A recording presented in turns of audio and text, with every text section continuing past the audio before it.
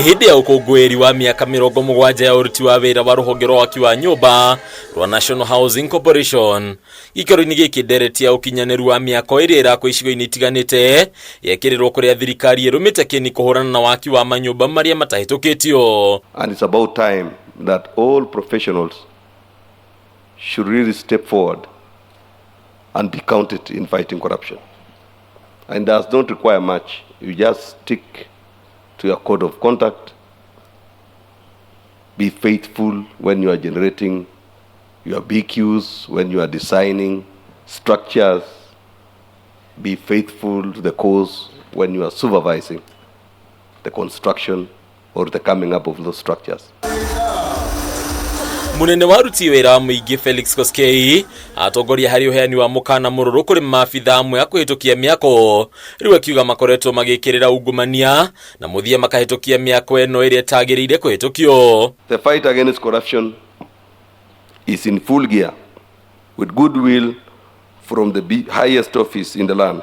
Therefore, be warned that no person shall be spared in the eradication of this fight. Nige KOSKEI ni agiritanĩtie ungumania na umomoki wa manyumba kuona rĩrĩa maabitha aya mamũkĩra mahaki marigagĩrĩria kwĩhĩtũkia nginyagia mĩeko ĩrĩa ĩtakinyanĩirie na gũcũngĩrĩria ũgwati. The law will catch up with you and we shall for sure come for you if you still continue stealing. And you know how things are done in this bill environment. You either front load, you either compromise on quality, you either turn your focus to other side when the contractor is doing terrible things.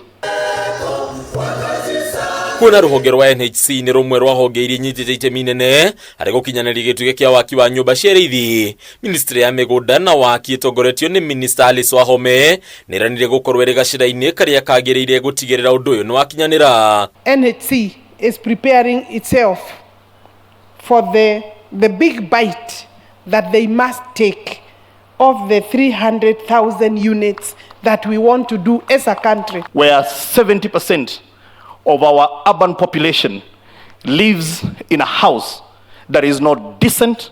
You pay to use a toilet, they pay 172% more for water, they pay 49% more for electricity.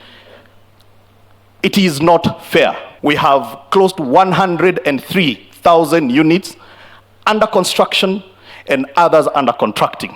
Nige ministry no neranĩire gũtigĩrĩra tabarĩra cia waki wa nyũmba ici itinarũgama ona hanini kũrĩa ningĩ tabarĩra ici igathĩrĩrio ikĩgiritanio na gũtura mĩeke ya mawĩra. Let us continue to work together to ensure that every Kenyan has access to safe, affordable and dignified housing as enshrined in our Article 43 of the Constitution. We're giving our people a lifestyle, a livelihood that you will be proud of. You are going to see a lot of reinvigoration, urban renewal, uplifting of our estates, a bit of facelifting, and of course, some of the estates will bring them down so that we can build new structures which are actually more densified.